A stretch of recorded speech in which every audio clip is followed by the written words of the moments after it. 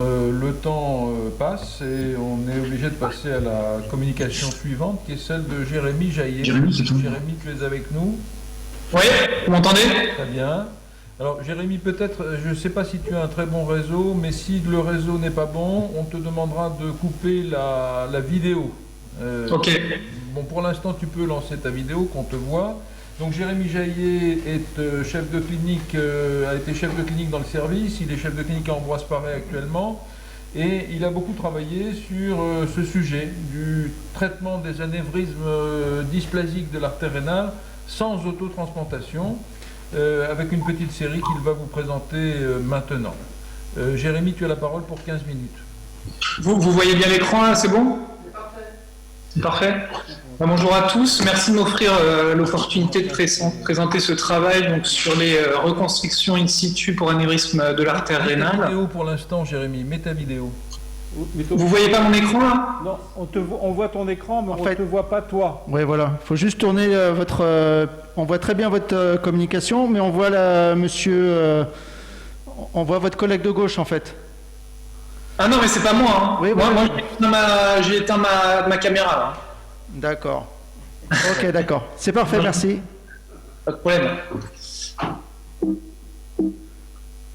Donc les anévrismes de l'artère rénale sont une pathologie rare avec une incidence qui est aux alentours de 0,1% actuellement dans la littérature. Les étiologies, elles sont dominées par la dysplasie fibromusculaire qui est la cause principale, suivie des artérites inflammatoires telles que la maladie de Behçet ou la périartérite noueuse. Il y a également des maladies du tissu élastique comme le syndrome d'Ehlers dans l'os. Il y a des causes également qui sont iatrogènes, qui font suite souvent à un traumatisme après un traitement endovasculaire au niveau de l'artère rénale. Les causes athéromateuses et les dissections qui sont soit isolées, spontanées de l'artère rénale ou dans le cadre de dissection aortique de type B. Les indications chirurgicales actuelles, en ce qui concerne les formes asymptomatiques qui représentent quand même les 3/4 des cas, c'est un diamètre de plus de 2 cm. Sachant qu'actuellement, il y a des séries qui étudient un peu l'évolution naturelle des anévrismes de l'artère rénale. Ils ont tendance à reculer un petit peu ce seuil à 3 cm, mais actuellement, l'indication retenue, c'est les 2 cm. Il y a les femmes en âge de procréer, les femmes enceintes qui sont un peu particuliers, car en fait, dans la littérature, tous les cas de rupture qui ont été décrits, c'était chez les femmes en âge de procréer, donc on a plus tendance à les opérer précocement. Et ensuite, il y a les formes symptomatiques, notamment avec les hypertensions qui sont soit liées à des micro-emboles distaux, soit à des lésions sténosantes associées aux anévrismes de l'artère rénale, notamment dans les cas de fibrodysplasie. Donc, il y a une étude qui a étudié un peu l'évolution naturelle des anévrismes, qui avait presque 800 anévrismes dans leur série. Ils ont pu montrer que finalement 10% de ces anévrismes étaient en intraparenchymateux et 90% extraparenchymateux. Le traitement endovasculaire actuellement, il permet de traiter les formes du tronc principal de l'artère rénale, donc en mettant en place des stènes couverts, éventuellement en y associant des embolisations du sac anévrismal. On peut également traiter les formes plus distales avec des embolisations. Mais en ce qui concerne les formes un peu frontières au niveau de la bifurcation de l'artère rénale, la chirurgie a toute sa place parce que le traitement endovasculaire à ce niveau-là est un peu plus compliqué et nécessite parfois l'occlusion de certaines branches, alors que la chirurgie permet de préserver au maximum le parenchyme rénal. Donc la chirurgie, il y a deux approches. L'approche ex situ, donc par autotransplantation rénale, c'est notamment quand il y a plusieurs branches qui alimentent l'anévrisme. Les lésions très distales également, ou quand il y a un temps de clampage d'ischémie chaude qui est prolongé plus de 45 minutes. Après, la technique de reconstruction in situ, alors il y en a plusieurs. Il y a la résection associée plus ou moins à un patch d'élargissement ou une anastomose termino-terminale directe, ou encore les pontages en utilisant des matériaux autologues tels que la veine saphène ou l'artère iliaque interne, notamment dans les cas de fibrodysplasie où il y a des lésions sténosantes associées à des anévrismes de l'artère rénale. L'étude qu'on a menée, donc c'est une étude prospective monocentrique entre janvier 2015 et août 2018. Les critères d'inclusion, c'était les formes symptomatiques, un diamètre de plus de 2 cm et une évolution rapidement progressive qui était définie par une évolution à plus de 5 mm par an. Et on a exclu toutes les localisations intraparenchymateuses. Donc au total, on avait 24 anévrismes de l'artère rénale chez 21 patients. 2 ont finalement été traités par autotransplantation rénale car le temps de clampage prédit était trop important. Et ce qui fait qu'on en a traité 22 par reconstruction in situ, 19 par résection anastomose, comme on peut le voir là sur les photos à droite, et 3 par anévrismographie. Ce qui est intéressant de voir dans la population de notre étude, c'est que c'était des patients jeunes, à prédominance féminine, et que près de 3/4 des patients étaient quand même hypertendus. Donc les indications, il y a eu 12 patients qui ont été opérés car ils étaient symptomatiques, 3 pour des douleurs lombaires, 4 pour des hématuries macroscopiques et 5 pour des hypertensions non contrôlées. Alors l'hypertension non contrôlée, on l'a définie par la prise de 3 antihypertenseurs avec au moins un diurétique thiazidique. Les formes asymptomatiques, c'était l'autre moitié des cas, donc près de 50%, 50% même de la population. Dans 7 cas, c'était pour un diamètre de l'anévrisme de plus de 2 cm. Il y avait eu une évolution rapide. Et pour les 4 derniers cas, c'était l'indication en fait portée sur les atteintes associées, notamment un anévrisme de l'aorte abdominale sous-rénale à plus de 50 mm, un anévrisme splénique ou des lésions occlusives des artères digestives. Le diamètre moyen des anévrismes était de 20 mm. En ce qui concerne l'étiologie et la répartition, donc dans la majorité des cas, des patients avaient une dysplasie fibromusculaire. Il y avait 7 cas d'anévrisme athéromateux et un syndrome d'Ehlers dans l'os. Pour le diagnostic, c'est vrai qu'on a utilisé au maximum l'artériographie, car notamment dans les bilans de fibrodysplasie, c'est ce qui nous permet d'avoir la meilleure résolution pour pouvoir diagnostiquer cette pathologie. Et elle était fréquemment associée à un angioscanner. Et ce qui est important également pour cette technique de reconstruction, c'est que les collatérales étaient de 2,4, donc on n'avait pas trop de collatérales, ce qui nous permettait de réaliser des reconstructions in situ. La voie d'abord qu'on a privilégiée, c'était la laparotomie médiane, et on a utilisé également les lombotomies, donc droite ou gauche, sachant que le choix entre un abord rétro ou pré-rénal était fonction du développement antérieur ou postérieur de l'anévrisme sur l'imagerie préopératoire. À savoir que si un anévrisme avait un développement plutôt antérieur, on choisissait plutôt une voie pré-rénale, et à l'inverse, un développement postérieur, une voie plutôt rétro-rénale. Donc les résections anastomoses, il y en a eu 19. La technique, elle consiste à mettre à plat l'anévrisme après avoir contrôlé ses différentes collatérales et réaliser une plastie d'adossement en utilisant une des collatérales en faisant une anastomose termino-terminale à l'aide d'un surjet de prolène.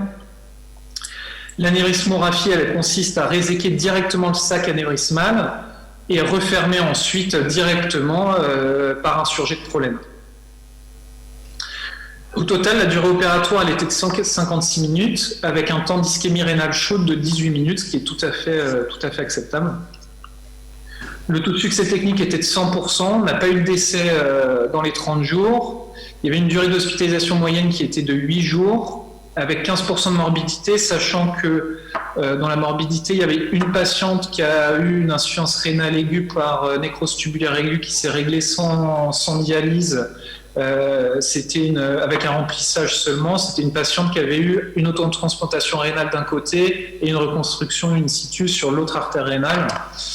Et l'autre cas, c'était une pancréatite aiguë bénigne, probablement sur un traumatisme de valve en péropératoire. Donc le suivi médian était de 2 ans et la perméabilité des reconstructions était de 100%. En ce qui concerne la fonction rénale, il n'y a pas eu de modification que ce soit de la créatinémie ou de la clairance dans un sens finalement ou dans l'autre, en tout cas de manière significative. Et ce qui était intéressant de voir, c'était que pour les patients, les 5 patients dont l'indication était une hypertension non contrôlée, il y avait une amélioration de la pression artérielle de 20 points au niveau systolique et d'une dizaine de points au niveau diastolique. Malheureusement, ces résultats n'étaient pas significatifs, probablement par rapport à un manque d'effectifs, parce qu'il n'y avait que 5 malades finalement qui avaient cette indication. Pour conclure, cette technique elle est efficace et reproductible avec des temps d'ischémie rénale chaude qui sont assez courts. Il y a des bons résultats à moyen terme, mais qui doivent nécessiter d'être validés par des résultats à plus long terme. Je vous ai remis la référence de l'article si jamais vous voulez le consulter. Merci beaucoup de votre attention. Merci Jérémy. Alors nous avons probablement des questions dans la salle. en attendant ces questions, peut-être honorer la mémoire de Michel Lacombe, qui nous a quittés il n'y a pas si longtemps que ça, et qui a beaucoup travaillé dans ce domaine et qui est un membre éminent de notre compagnie. Voilà, honorons sa mémoire. Jérémy, en attendant que les questions arrivent, comment tu expliques l'hypertension artérielle chez ces malades-là? Ça, c'est une question classique et c'est pas toujours évident. Et tu as parlé d'imagerie préopératoire. Moi, j'ai ma petite idée là-dessus, mais comment tu expliques l'hypertension artérielle? Est-ce que tu ne crois pas qu'il y a beaucoup de malades qui sont explorés actuellement uniquement avec l'angioscanner? On sait que les objets dysplasiques, en particulier les diaphragmes dysplasiques, sont très fins et échappent à la résolution des scanners actuels, hein, puisque la résolution elle est de l'ordre du millimètre, un petit peu moins d'un millimètre. Est-ce que tu ne crois pas que si on faisait systématiquement des artériographies à ces malades-là, on trouverait un peu plus de diaphragmes dysplasiques en plus des anévrismes, et que ça expliquerait leur hypertension rénovasculaire? Ouais. Alors, en ce qui concerne l'hypertension, en tout cas, ce qui est dit dans la littérature, c'est que l'hypertension sur les anévrismes de l'artère rénale, c'est souvent lié à des micro-emboles distaux, sachant que le cas particulier, c'est pour la fibrodysplasie, où il y a en effet les lésions sténosantes, les piles d'assiette qui sont associées, qui peuvent causer cette hypertension ou de manière concomitante avec des micro-emboles. Après, pour l'examen préopératoire, je pense qu'en effet, l'artériographie, c'est ce qu'on voit de toute façon dans la littérature, c'est que l'étiologie principale, c'est la fibrodysplasie, et que le bilan doit se faire de manière exhaustive par une artériographie. D'autant plus que la résolution, comme vous l'avez bien dit, est bien meilleure avec l'artériographie. Je pense que l'angioscanner peut avoir un avantage peut-être sur l'abord chirurgical, si on veut, en fonction de l'abord pré-rétro-rénal, peut-être que ça peut avoir un intérêt, mais je pense que dans le bilan, il doit y avoir une artériographie, et notamment aussi chercher des lésions associées, comme des lésions des troncs supraortiques ou autres. Très bien. Une dernière question. Pour toi, les indications de cette technique-là, sans autotransplantation, c'est les lésions qui sont purement hilaires. Tu m'entends, Jérémy? Oui, je vous entends. Qui sont purement hilaires, mais qui ne sont pas intraparenchymateuses. Est-ce que sur la base de cette expérience-là, on peut pousser un petit peu les indications vers les lésions intraparenchymateuses? Est-ce que tu penses qu'on peut faire un certain nombre d'anévrismes intraparenchymateux avec cette technique-là? Écoutez, en tout cas, je pense que si la lésion est accessible avec un temps de clampage qu'on peut prédire, une ischémie chaude qui reste sous le seuil des 30 minutes, parce que dans la littérature, finalement, c'est un peu ça, quoi. Au-delà des 30 minutes, on commence à avoir les premières lésions néphroniques. Je pense qu'en effet, ce serait tout à fait accessible à cette technique-là. Hein. Tout à fait. Très bien, puisqu'il n'y a pas d'autres questions, on va passer au sujet suivant. Je te remercie beaucoup.